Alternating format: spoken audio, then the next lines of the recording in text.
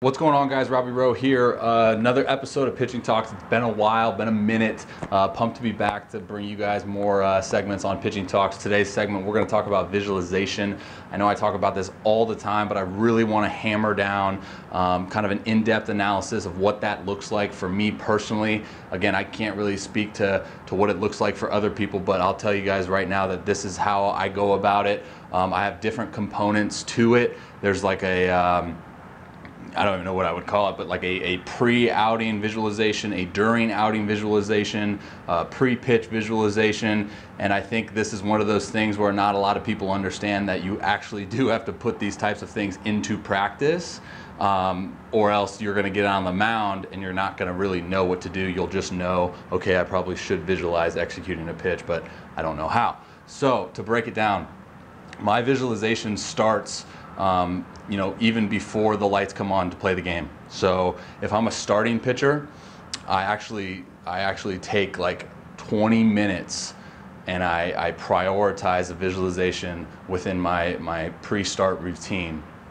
And the 20 minutes is I try to find a really quiet spot within the clubhouse, or even I'll go outside, towel over my head, and I'll wear headphones. And it's not that I'm listening to music, it's just that I'm maybe listening to some sounds to potentially drown out any of the external noise, just really quiet, calm sounds. And again, this is me being a total freaking perfectionist, but I go even so far as to identify like the lineup in the opposing team for that specific outing.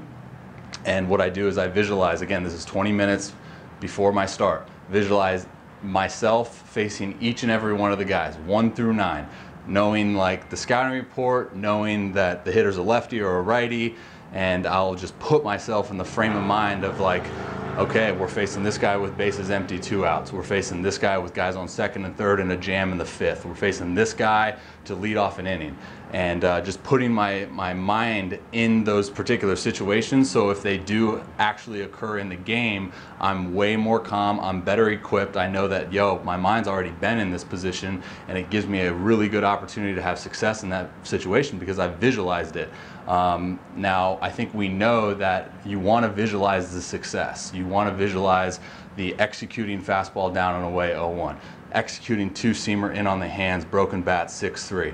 Now, I also take time within that 20 minutes pre-start routine where I'm visualizing, okay, I just gave up a double on a first pitch cookie. Now I got a guy on second with no outs, and I have 2, 3, 4 coming up. So I'm visualizing hold, look, dump, look, pitch, boom, strike 1. Okay, now I'm hold, look, go, strike 2. Like, I'm visualizing multiple scenarios, so there's not really any scenario that can pop up in the game where I'm like, oh crap.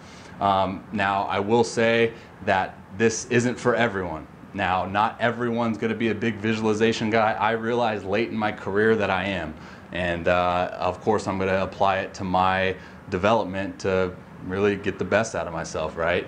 So I think for you, it's about identifying like, does this work for me? And if it does, hammer it home. Now, the second type of visualization I do is actually during the game.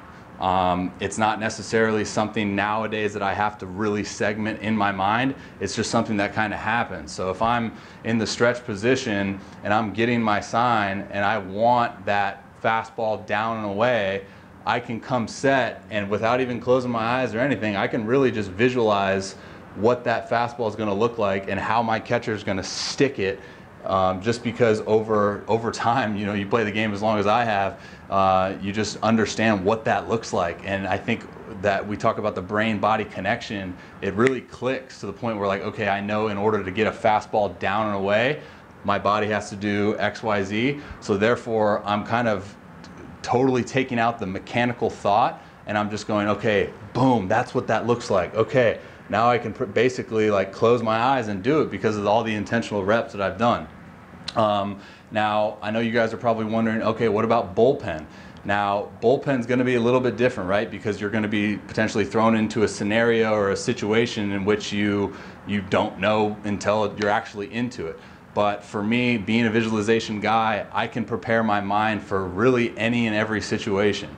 You know, obviously it helps as a bullpen guy to know your role. So say you're a 7th inning guy, say you're a bridge guy that's going to go out there and log some innings if the starter doesn't do well. Say you're the 8th, 9th, the closer, right? So like you have these set routines or set roles, but even if you don't, that doesn't mean that you can't put yourself in a frame of mind in which you're identifying the possible situation that you'll be in.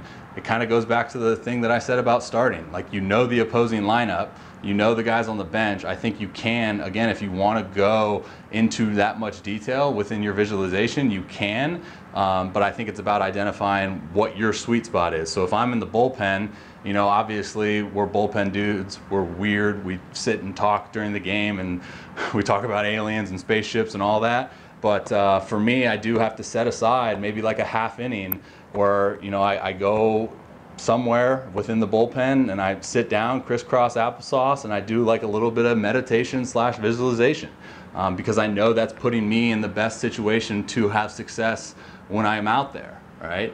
But again, it goes back to identifying yourself, finding a good routine that helps. You know, just it's always going to be about putting yourself in the best possible situation to have success. And I believe that you can't really do that unless you know yourself. Like I said, there's plenty of guys that I've come into contact with throughout my career that hate visualization. They think that it puts too much thought, it puts too much emphasis on their mind, and they just want to go out and throw. Completely fine with that. If you're a guy that does that, absolutely, go for it, dude. You do you. But I just want to kind of throw this out there because I do get a lot of questions about what that visualization looks like for me, and I hope today I clarified a lot of your guys' questions. If you guys ever have any questions, I literally just got done looking at my DMs. I apologize. I know I have like 100 unread DMs. So if you guys do have urgent questions, shoot me an email, contact robbyrow@gmail.com. I'll get to your questions. You know, faster on email than I will Instagram direct messages. So that is my visualization pitching talk segment. I hope you guys enjoy.